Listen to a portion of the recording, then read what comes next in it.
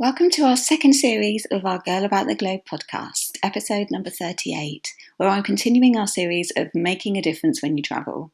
This week, I share an interview with Jan Edwards, founder and CEO of Paving the Way, an organisation committed to being a fierce disruption in the cycle of child trafficking around the globe. Jan has been awarded Humanitarian of the Year, and she joined me to discuss human trafficking and how we can prevent it when we solo travel. Stay tuned. Welcome to Girl About the Globe, a podcast for you, the solo female traveller, empowering women to travel solo with maximum adventure, minimum impact. Welcome to a dose of inspiration for the solo female traveller, and today I'm joined by Jan Edwards, an internationally known advocate and expert against human trafficking. Jan is the founder and CEO of Paving the Way, an organisation committed to being a fierce disruption in the cycle of child trafficking around the globe. Jan has been featured in the Huffington Post, Marie Claire UK, on iHeartRadio as an expert in prevention and awarded Humanitarian of the Year. Jan is also the writer and producer of the award-winning film Trapped in the Trade.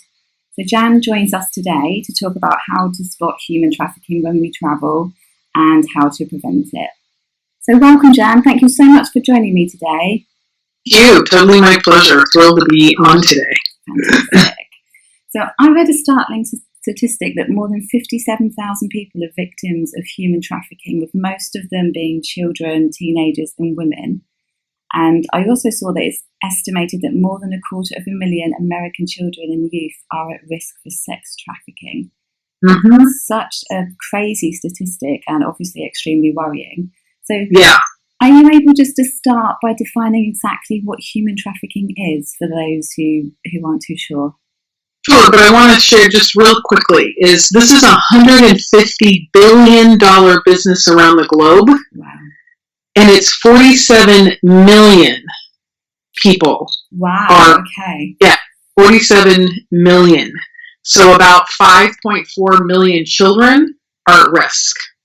Like when you get it at a global level, It really starts to sink in as to what human trafficking is, and more importantly, really what it looks like. So, there's legal definitions of it, and I'll give you that, and then I'll break it down real simple. It's the action or practice of illegally transporting people for the purposes of forced labor or commercial sexual exploitation. Okay. Now then, with that being said, right, if you're under the age of 18, you don't have to be transported anywhere. Coercion doesn't have to be involved in the state of Florida, and generally in a lot of other states too, and Europe is starting to alter their definitions too. But we believe that a child under the age of 18 would not really choose that life. So they automatically are not arrested. They go actually into the care of the Department of Children and Family Services, so they're taken care of.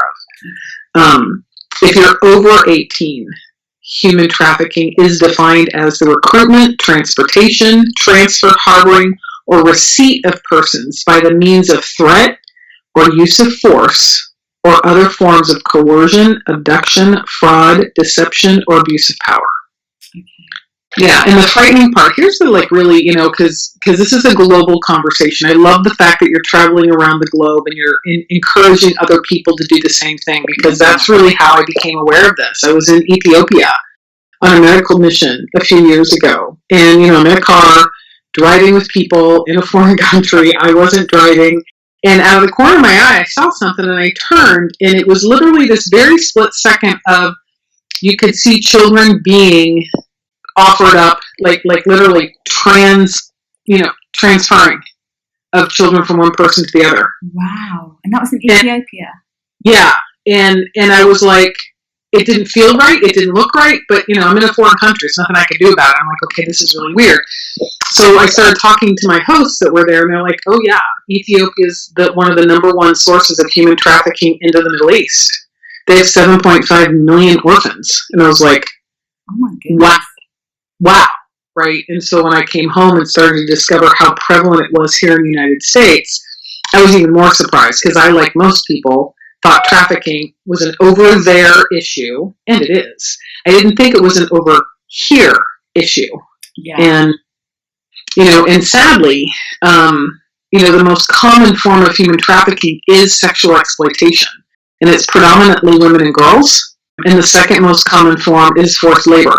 I think it actually might be a little higher. It says 18% according to the UN, but they say, and I agree, it's probably higher because, the thing about trafficking, it's called a silent crime for a reason. You've got the victim who is ashamed, they're embarrassed, and they're scared.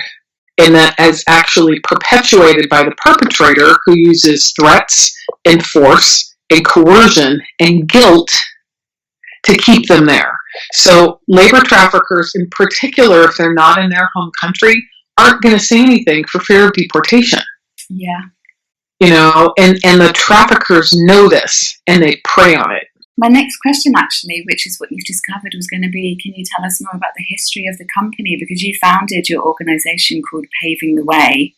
Yes. So that began when you were in Ethiopia and you noticed something that wasn't quite right, and then you realised exactly how big the problem is. Exactly.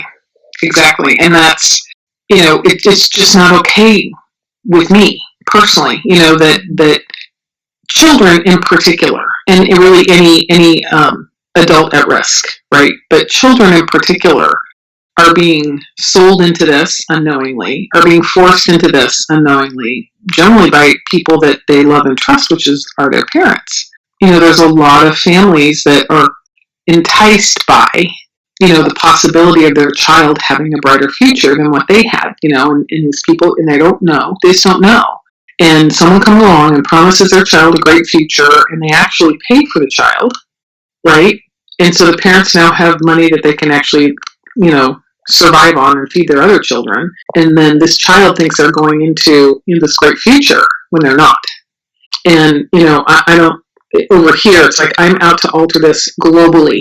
So, not only in the United States, but also Europe, but also, also South America, also Africa, also the Middle East, also the Far East, to really educate people of what human trafficking is. And your child may not be, the likelihood is low that they're going to have a better life than what they currently have with you. Yeah.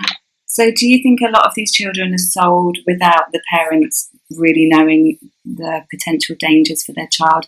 Do they ever see the child again? Mm-hmm. No, generally not. And the average lifespan of a child in this environment is less than 7 years. Wow.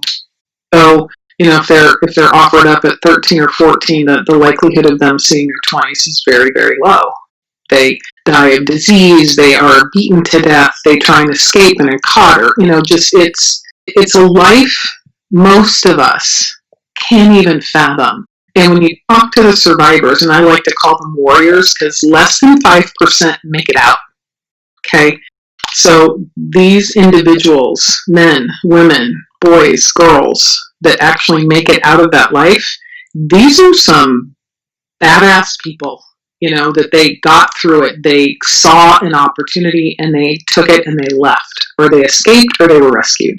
It takes something to survive what they're dealing with. It's beyond anyone's comprehension, really. Why do you think it's such a big industry?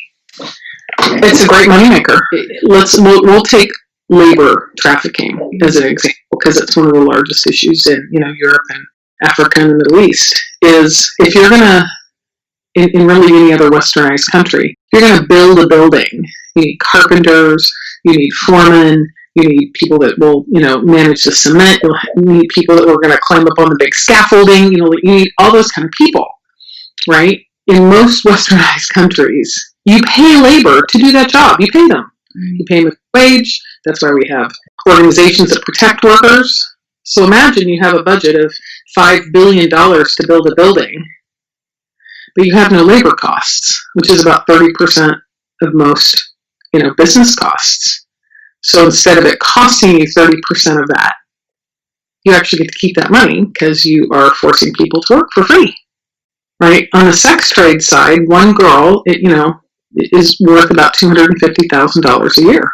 And I'm presuming that the younger the girl, the more Yes. the more the money. It's such a completely different world, isn't it? And one which is so difficult kind of fathom. I recently visited a human trafficking organisation in Moldova, actually, because that country's actually got quite a big human trafficking problem.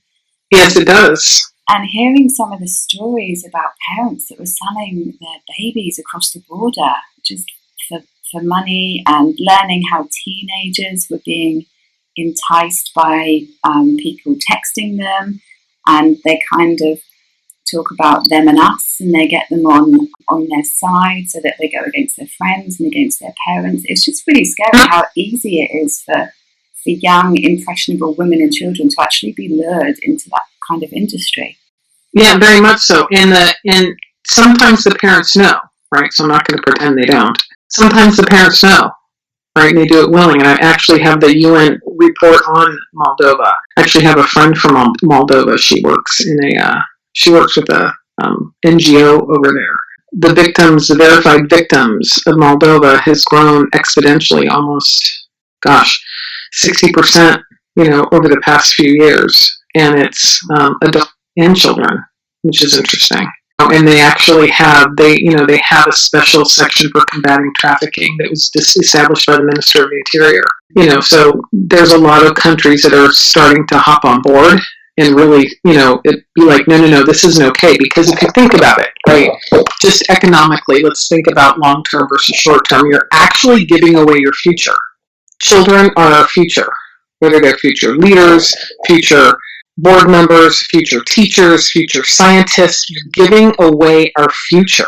Exactly. So for a country to do that and not think the longer term issue, that's really why education is so important, and the prevention work that we do is so important, is to have, governments and private entities and the public sector really to understand we've got to stop this, because it's our future is literally at stake.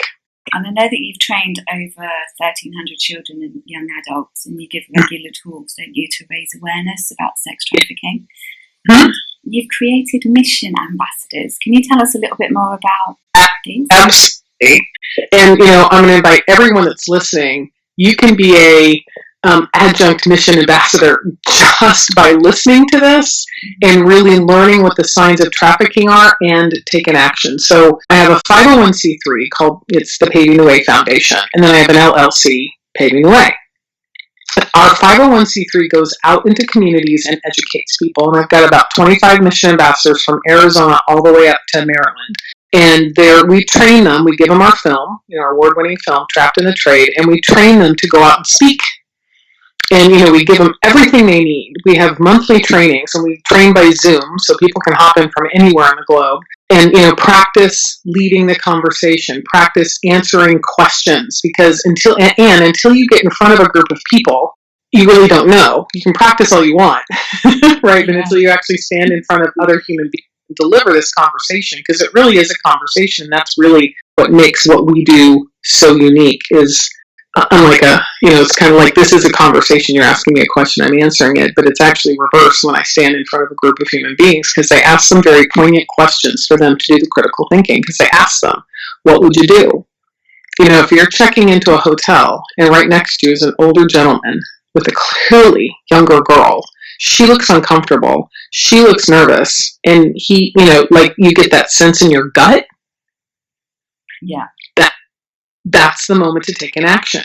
There is the National Trafficking Hotline.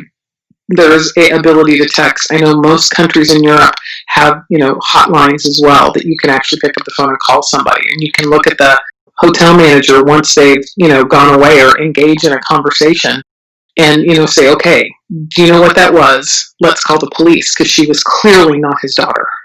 Or sometimes they'll have young girls come in to get, to pay for the room and get the keys, that they have a hard time speaking the language. They look nervous. They might be dressed inappropriately. They might have, tattoos. They might just look emaciated. You never know, but you got to trust your gut. And that's one of the things we teach our mission ambassadors to talk about, is we want to wake people up, get your nose out of your phone and go talk to people and really start to get a sense of what's happening around you.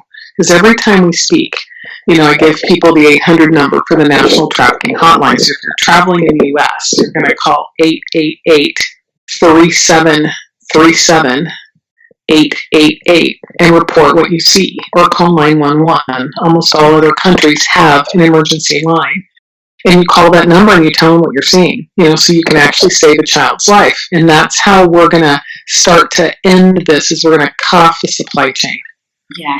Because our kids are the commodity, and we've got to educate them. We've got to let them know what's happening. Would you say that some countries it's easier to spot the signs than others? So the scene that you were describing there, it immediately made me think of somewhere like Cambodia, where it's kind of very in your face with underage girls paraded around, sometimes holding numbers. Would you say some countries are easier to detect? If you're paying attention to your surroundings, you're going to notice it everywhere. You're going to notice it when you travel back home to the U.S. You're going to notice it in Europe. You're going to notice it in Great Britain. You're going to notice it in Scotland. You're going to notice it in Russia. Wow. It doesn't look a particular way, because there's labor trafficking, right? And that includes massage parlors and nail salons and hair salons. And then you've got the construction site, and you've got domestic servitude. So, there's things to look for when you're traveling that really, it's like you just start to keep your antenna up. I like to call them spidey senses, And, and then there's the sex trafficking. It doesn't always look like what it does in Cambodia and Thailand, with, girls holding up numbers. It really can look like the girl next to you, on the bus, on the train. When I was in London last summer, traveling in the tube, there were probably 80 to 100 people sitting in that one tube. There was not one person looking up, engaging in eye contact with anyone. My friend who was there with me, we were on our way to a meeting. We were the only two that weren't on our phones looking around. And you could have a trafficking victim sitting straight across from you. And if you don't look up, you won't know. Yeah, that's true. There was a recent story, wasn't there, of an air hostess who spotted some signs from a young girl sat with an older man on a plane. Mm-hmm. And she managed to get her away from the guy in the end, didn't she? So yeah, good. You need to look for. Yeah, and with hotels, so I just posted an article, about what hotels can do. If, it's a very simple question. Hey, are you excited to be here? You guys here on vacation? You're here on business? And you just look in somebody's eyes. Yeah. And you'll know immediately. They look down, they shuffle, yeah, we're here on business, or, with all the online hotel bookings, sometimes they send the girls in, and you really have to wake up and start to pay attention to what's in front of you, and you can actually save a life. And there really is a solution. This is a daunting conversation. It's a scary task to take on, and there really is a solution. I believe that in my heart of hearts is that, it's you and me having these kinds of conversations, sharing information online, sharing facts, because the big number is frightening, 47 million. You can break it down to 5.4 million children, but then you can actually break it down into every single country, and you can say, hey, did you know in this particular country, over 600 individuals, like real people, were trafficked. Like in Moldova, it looks like there were about 300 victims reported in 2006. I'm sure the number has more than doubled. Those are real people, not just some person made up. It's an individual suffering on a daily basis, things you can't even imagine. That's why I think it's so important to have this interview with you, because as a solo traveller, I believe that your intuition is heightened anyway, and you kind of become more vigilant because you need to look around at your surroundings and make sure that you're not in danger and look out for certain things, which you wouldn't normally do if you were with somebody else. And with our community, we've got girls who actually live all around the world, and we also have girls travelling to all different places in the world. So my thinking was, if we can keep a lookout for the signs and report anything that we think is a bit suspicious while our instinct is heightened anyway, then hopefully we can make a difference to somebody's life. So I know you have a checklist on your website of signs to look out for? But are you able to go, and you've gone over a couple of them already, but are you able to just go over a couple with us now? Absolutely, and I was actually looking. I'm going to post that on your website. Fantastic. So people can go to your Facebook page, so people can just, go and download it for themselves and, fold it up and keep it in their pockets. But, so things to look for are, girls that avoid eye contact. They're not allowed to look up. They're not allowed to look at other people. Fearful, clearly fearful around the people that they're with. And the fidgeting of the fingers and looking down and around, or, visibly shaking, right? Anxious behavior, visible scars or bruises or tattoos. Those are really the big things to look for. But the most important piece, honestly, is to trust your gut. You just got to trust your gut, because I promise you, after people listen to this, people will start wandering around the globe and noticing things they've never noticed before. And I'm actually looking to work with a couple of companies to develop an app that you can download and take a picture and send it to an international database. So if someone's missing, they'll now have that girl's picture or that boy's picture. That's amazing. Because I think it's just super important to have people, give people an action. In the United States, you've got the National Trafficking Hotline, and you can call it from any other country, right? But not everybody's going to have that kind of cell phone service. So, it's important to be able to know what to do when you're someplace that keeps you safe. I don't want to put people in danger. I just want them to be aware and to take an action. You mentioned before about if you spot a potential victim in a hotel, is talking to the hotel manager and inquiring that way as well, didn't you? Yes. So is there anything else that girls could do as they travel? Is there any way that they can volunteer or... Absolutely. There's a lot of NGOs around the world. And if you're traveling and you're going to be someplace, go find the local International Justice Mission office. Go look for the International Shared Hope office. Or you can, go, because in the town, people will know. There's several organizations, there's YMCAs internationally. What are they doing? And they can just go and get involved, go volunteer for a couple of days there, whether it's folding sheets or preparing meals or whatever that is that's needed for that organization. I also invite people just, to share and be open, and they can go to my Facebook page. I put a lot of information on my Facebook page. They can stay up to date, because I post stuff internationally too, so they can stay up to date with what's happening around the world. They can always, if they see something they're not quite sure what to do, they're more than welcome to Facebook message me, and I'll do whatever I can to put them in contact with who there is to contact. It happens to me all the time.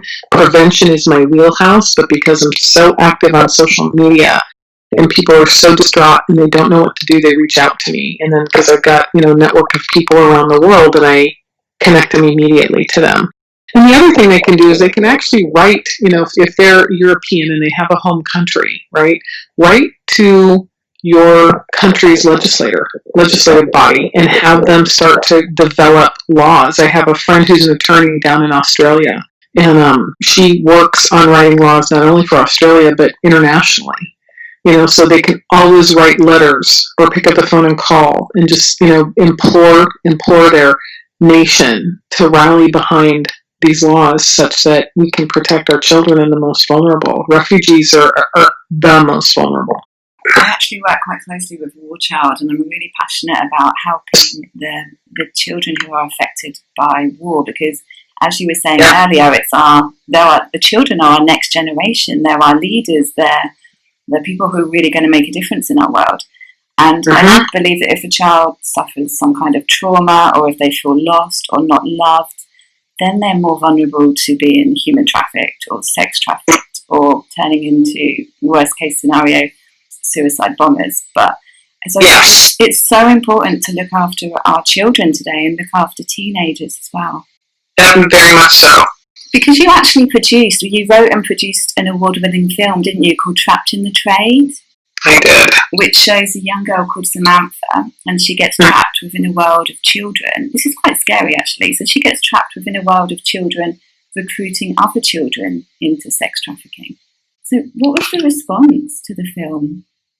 The response is very, it's always the same. People stare at the screen and they're like, I can't believe this is how it happens. Like, because it's so seamless, and unknown. Because look, a pimp and his bottom will work with someone for 9 months if they need to, because money involved. Or $250,000 if the guy's worth $250,000, yeah. It's the opportunity to show how it happens in a story form, and it really lands with people. I've seen 1,300 kids is a lot of kids to show this film to, and it opens up conversations. It opens up their eyes to the dangers of it. It opens up a dialogue where they can actually start to see the difference they can make with their friends in that space. Fantastic. Do you see anything changing in the future? I know you spoke earlier about education and about having conversations. Can you see anything changing in the future? Actually, I can, because if between the Me Too campaign and Now What and all of the sexual assault shares that are coming out, people are becoming more and more aware because it's connected.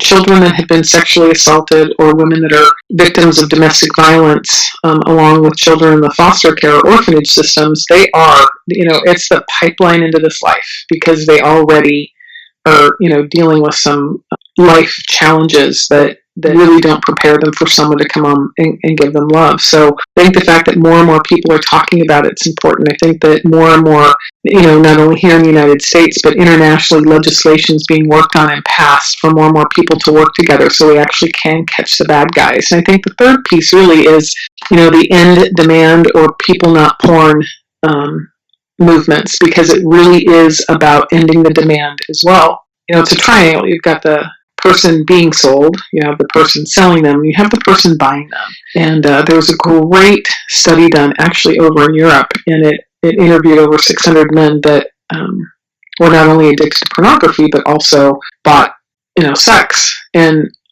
a high majority of them said the reason why they continue to do it is because there's really no law that holds them accountable. They might get a slap on the wrist, they might spend a night in jail, but other than that, whereas the girl, sometimes she ends up in jail. And, it's like, hang on. So there's some really powerful laws that are being talked about to do something about the demand side. Thank you so much for your time, Jan. Is there anything else that you wanted to add that we haven't covered? No, I'm actually going to add a couple links on your page. I've got the global hotlines for lots of countries. So I'm going to post that link so people have the numbers. And then I'll also post our download of what to look for so people can, download it, save it under their phone, whatever they need to do to just always be aware of what's happening. And then they'll have access to the numbers to call and make a difference. Fantastic. Thank you. And I've put all the links to everything we talked about on the interview as well. I just wanted to quickly add, congratulations on being awarded Humanitarian of the Year. Thank you. That's amazing. Thank you. Yeah, it was quite a surprise. A friend of mine nominated me. It's an organization over in Brevard that does a lot of work nationally. So to be awarded that was very much a surprise and an honor. That must kind of give you that fuel to just keep going anyway. Very much so. Well, seeing the difference that we make on children's faces, that's really what keeps me going. Is this is my mission. It was given to me. It was laid on my heart, and I'm just doing what I'm being led to do. And that's really is what the fulfilling part is watching children make the connections, knowing that it's going to make the difference and possibly save their life. Amazing. Thank you so much for joining me today, Jan, and I wish you every success in the future. Thank you so much. Thank you for the opportunity to educate the people on not only on your Facebook page, but around the globe that are traveling. Together we can make a difference. I hope that you enjoyed this interview. I think that Jan is such an amazing lady, and you can find the written article that accompanies this podcast interview on the Girl About the Globe website. Thanks for listening to our Girl About the Globe podcast, making solo travel easier for you. Find everything that you need for your solo travels at girlabouttheglobe.com, and don't forget to subscribe so you don't miss an episode.